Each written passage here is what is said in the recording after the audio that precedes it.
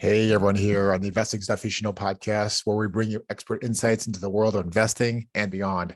My name is Johnny Nelson, and today we are thrilled to have Hemal Patel as our special guest.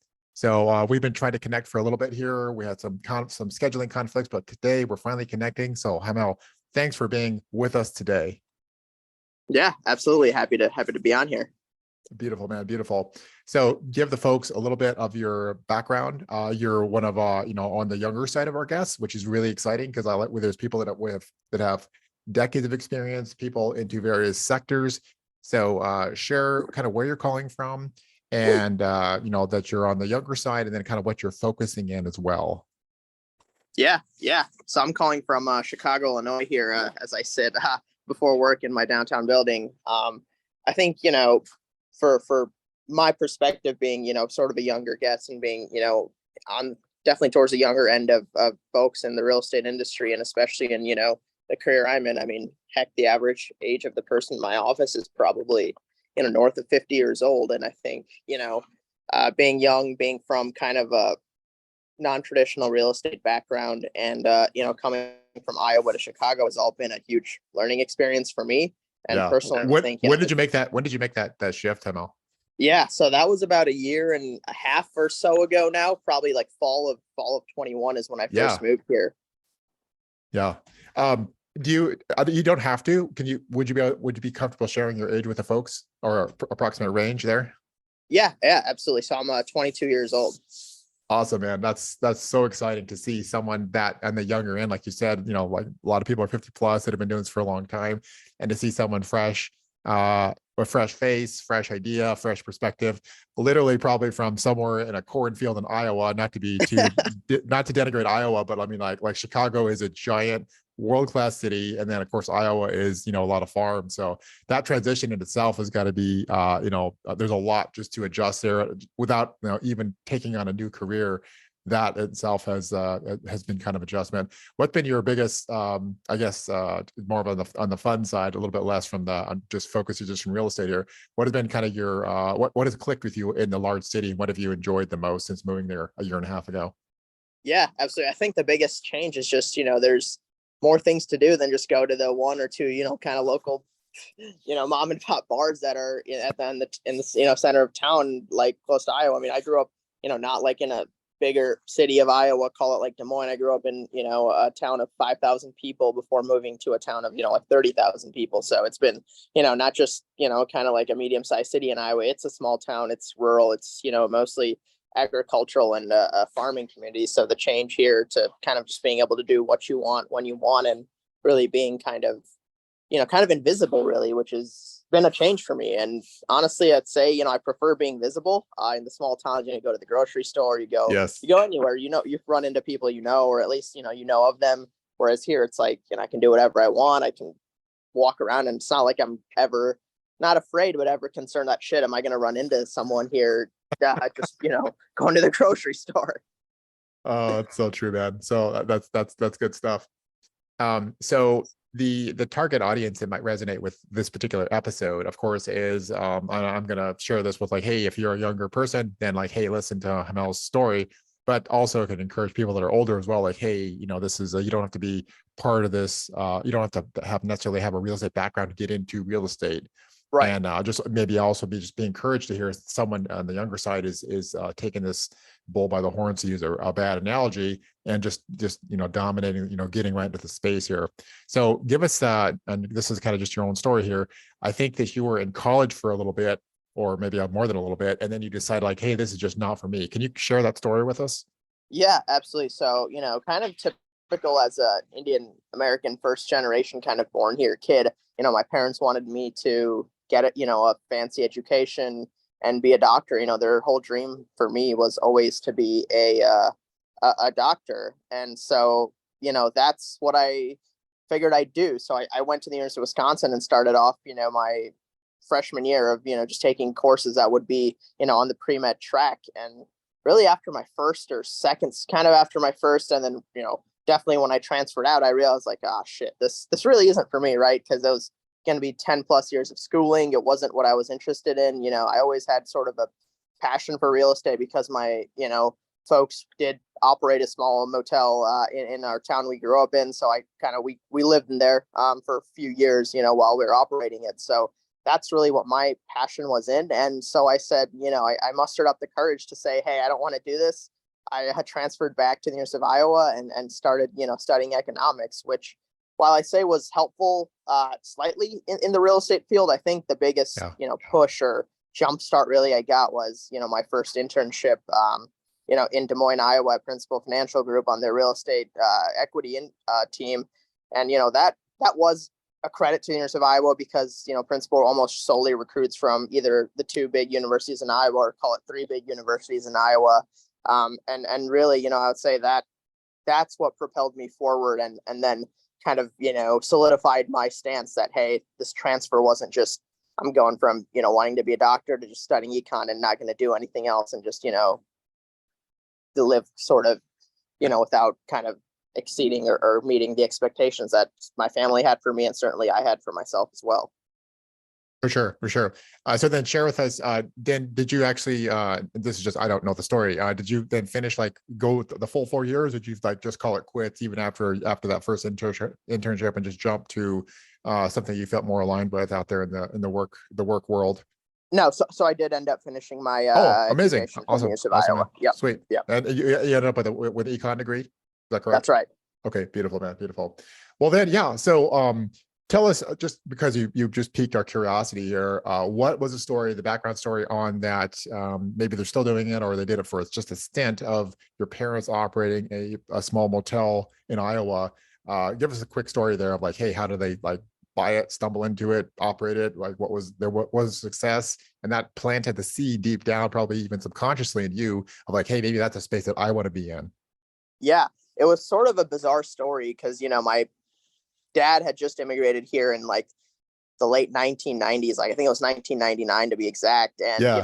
he's working, a job at an electronics factory, I think doing, assembly for circuit boards, which I don't know what that exactly entails, but that's what he was doing.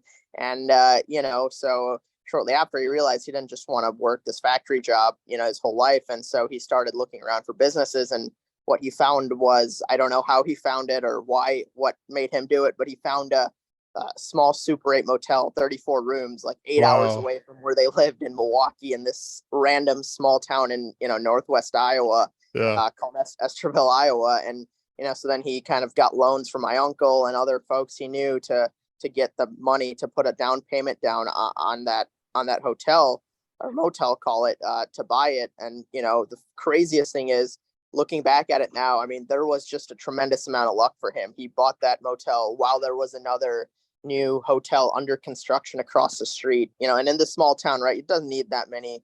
There's not that much demand in a small town. And Yeah. so it was kind of a scary time buying it, but got a decent price. And so, thankfully that all ended up working out. And, it was kind of a success story. I certainly look up to him. And I think, folks around my family and our friends see the story, and it's really, resonates with people as well. Yeah. So there's that element of getting out there, and elements of luck. Of course, good luck can go bad luck, and you can have good luck. But then if you're not trying, because we both know, Hemal, that nothing will happen unless you're out there hustling, trying to make something happen here. So that in itself is really, really encouraging. And of course, the things work together, for that story. So I don't know if that's very motivating, and it's kind of it seems to be a common theme among many immigrants, and they're hardworking. They're just going to try stuff. He hustled, got it together, got the loans from wherever he could, and yeah. So all that is just a very compelling piece, part of the story. So taking kind of segueing from that story, which I think is amazing and awesome from your family, that perhaps planted some seeds, and I think you mentioned this somewhere in some of your online collateral, that kind of gave you hey, maybe I would want to do this as well, be in the hotel space, something in that space here. So share with us that journey, that story, and kind of the step into that. And I know you did some other analysis and some other real estate stuff, and give us kind of progression into the hotel real estate space that you're now kind of in. Yeah, absolutely. So, it was kind of, I started out as as I mentioned, as an intern at Principal Financial Group doing, just, on the real estate equity team where they really did all asset classes. And then I, got my first big boy job out of college at JLL on their hotels group, which, was focused solely on hotels. And then, after a short time there, admittedly, I felt like I actually wanted to further my knowledge in all of real estate, right? Instead of just Oh, okay. being Yeah. super niche into hotels. Yeah. And so I joined MetLife, and, I'm on their real estate debt team where we do all asset classes. And, funny enough, it's been a lot of hotels since I got here because that's really the focus right now. I think generally in the real estate space as well, people are seeing emerging opportunities in the hotel sector as we come out of the pandemic, and people, kind of reshuffle their priorities in life, really, right? And I think recently, and especially coming out of the pandemic, everyone's been laser focused on a lot more experiences over materialistic things. And so it's really been a emerging trend in the travel industry for everyone to kind of travel more while they have the whether it's the time or just the energy to do it before you get older, and that's not really an option. So I know Absolutely. you have some expertise in the hotel space. So talk to us about that, what you see and why that is, and just a couple of business points there as well. What operators or potential sponsors might be looking at when they're considering buying a motel. Yeah, absolutely. So I think, as I mentioned earlier, the biggest trend now is this shift from materialism to experiences, right? I mean, we have a finite amount of time on this earth, obviously. And so, sometimes it doesn't make sense to buy that new car. You'd rather go see the new country, which is something you'll, remember forever, versus buying a car, which is going to, get old in a few years. Right. And so, I Which, think by the especially, way, I'm buying another car right now, just like this very day. I But love it. it's my need. I swear it's only because I There you need go. to. I need to. There It's you not because go. I'm like, oh, I'm just trading out for the next shiny one. Like I do need it. So just saying that. Yeah, that's what matters, right? We want to keep the needs but let go of the wants. Yes. Yeah, so I think that's especially prevalent in the millennial generation and Gen Z. That's kind of the next up and coming majority of the spender, majority of the consumer of the U.S. economy, and going forward, the experiences and travel that we crave is not necessarily the same as before, right? I mean, if you look at a lot of the hotel brands, originally Marriott, Hilton, they're flagship brands, kind of call it, the Hampton Inns, the Fairfield Inns, the Hilton Garden Inns, the Courtyards. Those were, essentially the same, whether you go to Iowa or New York City or Boston or LA. If you stay at a Hilton Garden Inn or you stay at a Courtyard, you're going to get relatively the same experience, the same room, the same lobby, the same breakfast, everything, right? And I think Yes. that was indicative of sort of an older generation's trends that are now changing, and credit to the hotel companies that are adapting with the new trends, right? You see all these soft branded collections that the new brands are now putting in place, that you go to Chicago or you go to NYC, you go to LA, you're going to get a different experience, a different feel, a different vibe. All great experiences, but just different and unique in their own way, which is something that our new generation really wants, right? I don't want to go everywhere and get the same experience that I could get here in Right. Chicago. Why would I go elsewhere if I can get the same thing in Chicago? I want the new things and the unique experiences that can be provided in different areas. And I think that's what the future of the industry is. And I think companies will have to adapt to it sooner than later. I didn't send, and I just like my own ignorance here. I didn't even realize that. And as you were speaking, I like thought about it, like, oh yeah, when I do travel, they are starting to curate, more of like, the local, whatever the local thing is or local things are. If you go to Sedona, then it's like, desert themed, and Chicago, and it's like, sandwiches and the skyline Right. and the canal trip and all that kind of stuff. So yeah, like they're starting to bring those elements, and then like you were saying, which is obviously the professional expertise that you have, is like they made it like McDonald's or Starbucks. So I don't care where you are, when I get a cup of coffee, a grande, blah blah blah blah blah, it's Yeah. exactly the same whether it's Chicago or Miami or LA, Yeah. versus and I think that's they just adopted, like, well, that's what people want. But then, like, as you're kind of suggesting, like, no, like with the influence of Airbnb, which obviously they just rebranded about a year ago with the experience theme, the reset. Then they're like, hey, no, we need to incorporate the local culture, the local flavor into, like you said, the soft branded hotels, and start kind of, even though it's like it's the level of service more or less will be the same, but we're adding these unique local ideas and concepts into the brand, and then that gives it a much more regional flavor. I'm assuming. Yep. 100%. That's spot on. Awesome, man. So, so are you bullish on from what the professionals and all the things that you're seeing? Are you bullish on the hotel class? I would say that's a complicated question, and I don't want to give a simple answer to that, right? I'd say I'm bullish on, well located and, long term kind of Mm, relevant hotels that are, in markets that people want to go to, in markets that are, in the stage of kind of sort of growth from both a leisure and business travel perspective, yeah, and hotels that can really offer, as we talked about, those unique and authentic experiences that the next generation of travelers really crave. Right now, am I bullish on some sort of 1,000 room box in New York City that has the same room across all 1,000 rooms and doesn't have anything special to offer? Probably not. But if you go to a nice boutique hotel in Soho that might be only 40 or 50 keys and has a awesome food and beverage experience along with additional add-ons that can be monetized, such as just tours and different things across the city that the hotel incorporates into itself, then yes, I'm 100% bullish on those, because that's what the future of international travel is going to be, along with the future of domestic travel. awesome. That's very, very interesting here. What do you think? How do motels or hotels position themselves across generations, Hamel? So clearly we have a massive boom, boom, a wave, let's say a wave of baby boomers retiring, and they like to travel. They like to oftentimes they're pretty well heeled and they have resources to spend. But then also we are catering to the Gen Z or the millennial class that like more experiences. Are the boomers just kind of coming along and just like, hey, this is cool too, we'll just go with this? And it's like just aligns with people in general, driven by the younger generation, or what's the insights there? Yeah, and I'm glad you mentioned the resources fact, right? Because it's obviously no secret that Gen Z and millennials don't have nearly the resources of boomers, Dude, right? they haven't lived, they haven't had a life of living and earning, Exactly. and all these things, like they just haven't gotten there yet, right? Yep, 100%. And we will eventually, right? 20 years Yeah, down the line. Um, and so I think it's kind of a tough spot to be in from the hotel industry, because, on one hand, do you cater to the new generation of travelers who don't have a lot of money, or do you cater to the generation of travelers who are kind of, not on their way out, but, maybe going to start cutting down on travel as they get older and maybe don't have the energy or really, want to do it and just want to settle down.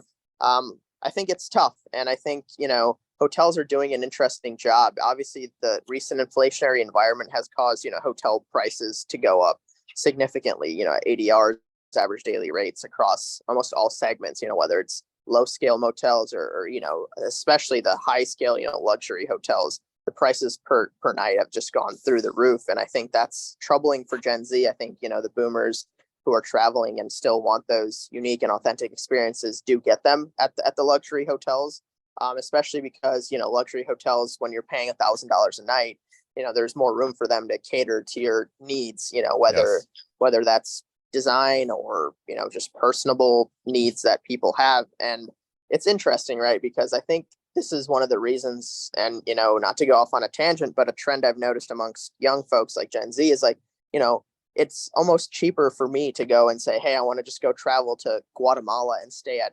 nice, unique local places, versus, hey, I want to go to Miami and stay at a nice, unique local place. Because if I want to go to Miami and stay at a nice, unique local place, it's yeah, a $300 flight plus $1,000 a night, really $1,000 a night for the kind of luxury experience that maybe I'd want. And obviously I can't afford that. And probably most of the other Gen Z and millennials can't yet either. But on the flip your side, average person cannot, that's not no, something they swing. That's like, we just know that, like that's not something they can do easily, absolutely. And on the flip side, though, I could get a $400 flight to Guatemala and maybe pay $40 a night to stay at such an equally nice and unique local experience that may be more worth it to me right now than going to Miami. And so that's what I think is tough. And as this country battles an inflationary environment, it's hard to balance the wants of millennials and Gen Z with really what's economically feasible for hotels to provide them at a rate that they can afford. Awesome, man. Yeah, that's interesting. And then is there a solution within that? So yes, like we could just say that it's inflation. However, is there a new way, perhaps more of it on the, this is like looking at inwardly at the operators, the sponsors as operators, is there a newer way of accommodating some of this and not having quite those, such high operating costs? Is there a way of, building it cheaper, more automation? Is there a push there to try to, like, keep that money in those people in the States, but then not have to have such a premium price tag to go with it?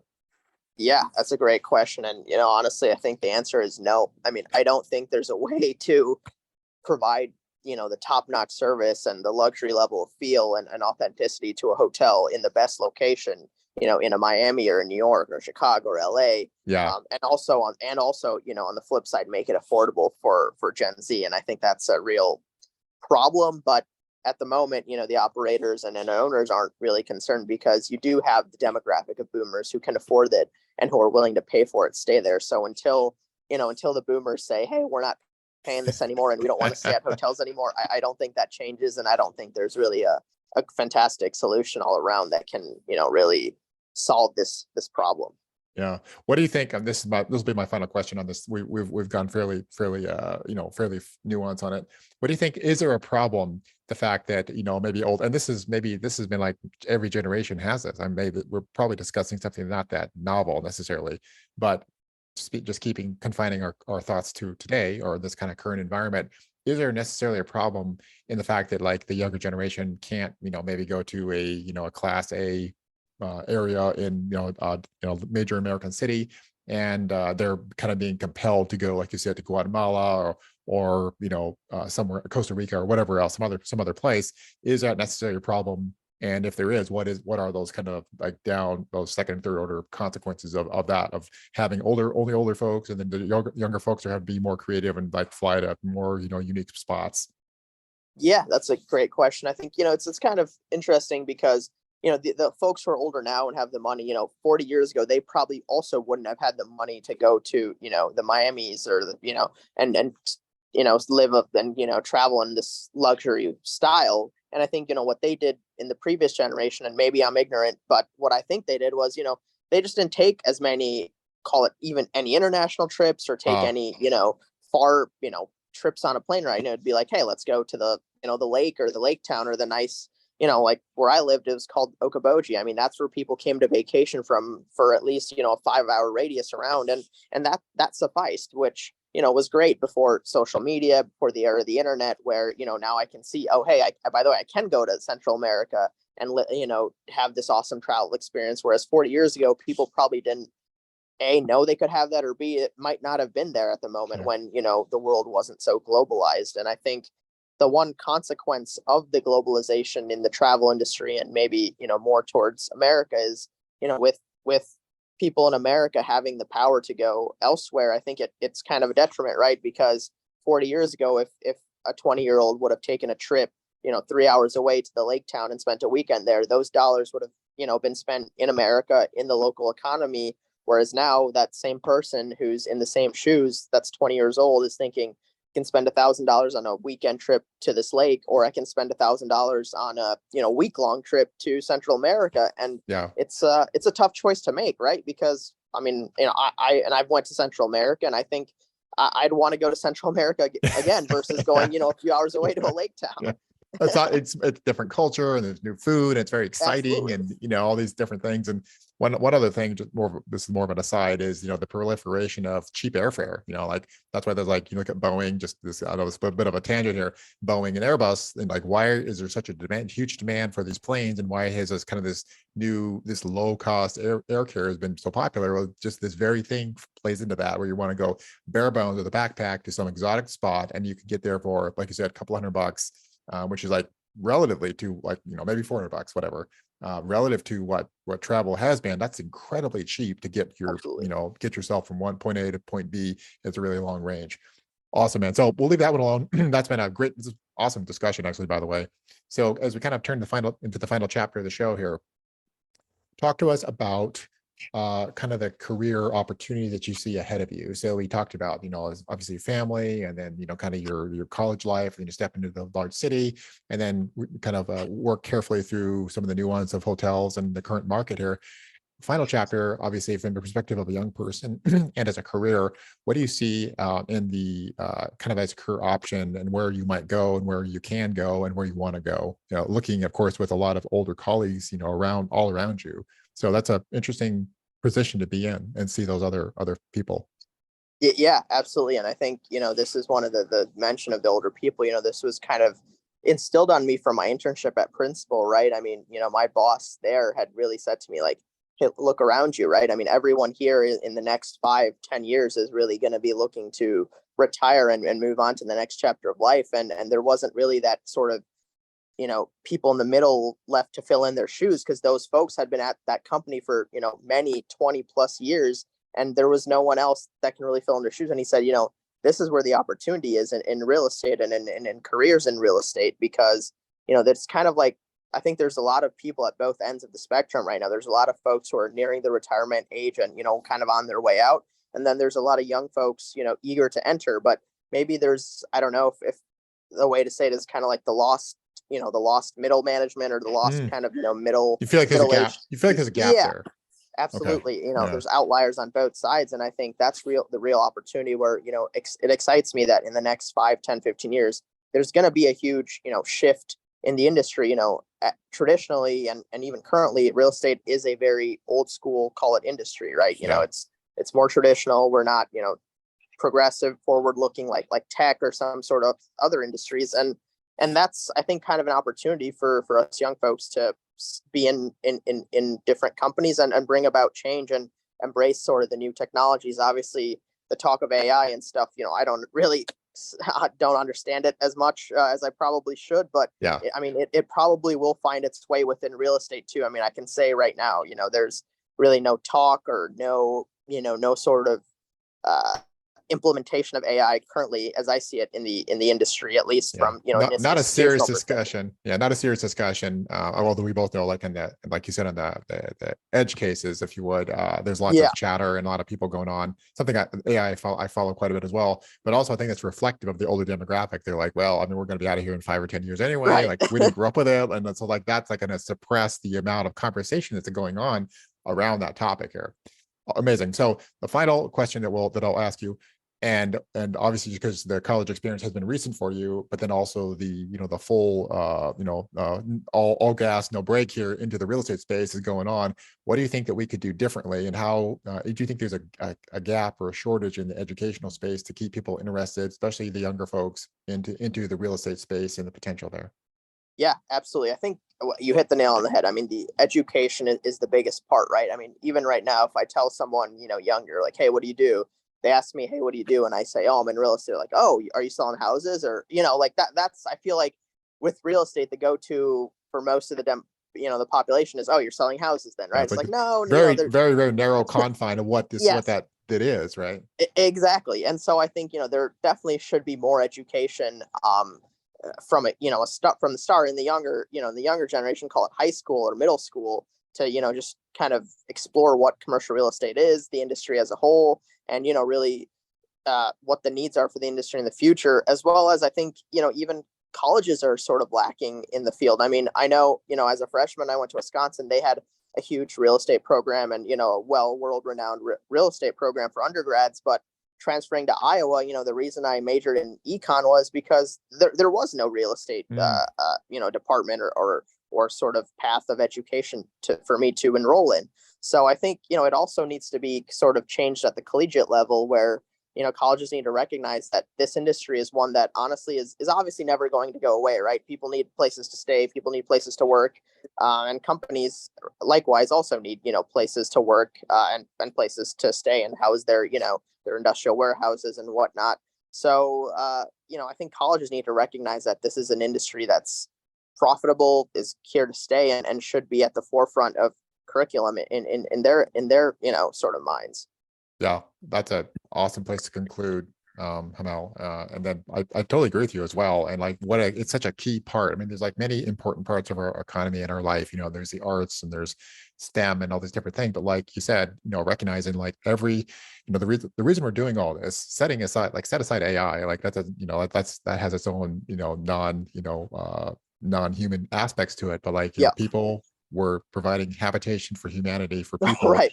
What's the purpose of anything if it's not just for that, kind of at the most fundamental level? So like, how could we not have more emphasis in that key piece of society, and that's the real estate and the varied and the highly interesting career paths and opportunities within that space. So Absolutely. thank you for that. Yeah. So anyway, so thank you for let's share with the folks, if you would like, the best place and method to get in touch with you. It could be on social media, or maybe you have a website or a blog. Share that with the audience real quick. Yeah, absolutely. I think probably the best place to get in touch with me would be via LinkedIn. My DMs are always open, and I'm, super eager and willing to kind of especially help out the, next generation of folks in real estate. I know I'm still the younger generation in real estate, but, college students, anyone who's looking to just, dabble into the industry. Yeah, LinkedIn DMs are probably the best place. Absolutely, man. Hey guys, follow Hemal on LinkedIn. He's been doing a great job out there. I'm active on LinkedIn. He's active on LinkedIn. He's been putting in some great carousals and some other things that he's learned, and sharing a lot of excellent knowledge here. So anyway, so as we wrap the show up here at the Investing Stuff You Should Know podcast, we thank you for listening to another episode with us. We love bringing guests like this on. And until next time, give us a like, give us a follow, share the word. So, hey, later.